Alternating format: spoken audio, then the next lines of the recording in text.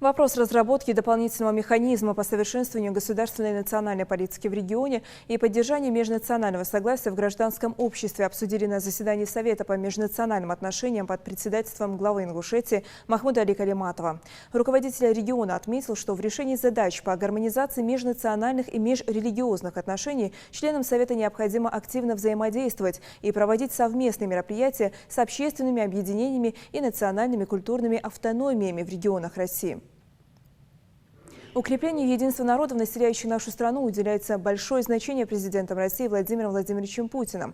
Именно от институтов гражданского общества и президент страны, и мы, главы субъектов, ждем действенной помощи в совершенствовании системы государственного управления в сфере нацполитики и воспитания молодежи в духе патриотизма и ответственности за судьбу Родины, отметил Махмуд Али Калиматов. В Ингушетии проживают представители более 70 национальностей. Осуществляет свою деятельность 16 национальных общин. В своем выступлении исполняющий обязанности министра по внешним связям, национальной политики, печати и информации Республики Руслан Волков проинформировал о мероприятиях государственной программы укрепления межнациональных отношений и развития национальной политики в 2020 году.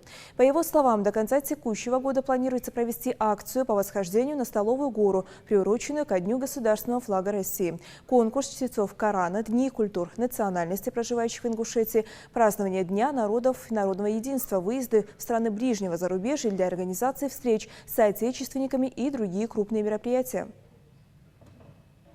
Работа, она должна быть видна. При необходимости давайте будем собираться еще чаще, в квартал раз я готов с вами встречаться и обсуждать все вопросы, касающиеся вашей жизни, вашей деятельности. Мы должны пример показать. Главы здесь, районов, городов, надо способствовать, надо помогать. В рамках норматива и закона. Понимаете, это очень важно. Сегодня нам надо просто дружбу не на словах, отношения не на словах, чтобы мы вот искренне друг к другу относились и консолидировали общество наше. Вот 250 лет у нас будет, мы вот стадион сейчас в Сунжи приводим в порядок, там будет гала такой, концерт. И вот знаете, хотел бы, чтобы всеми красками заблистали вот наши общины, потому что тоже надо участие принять.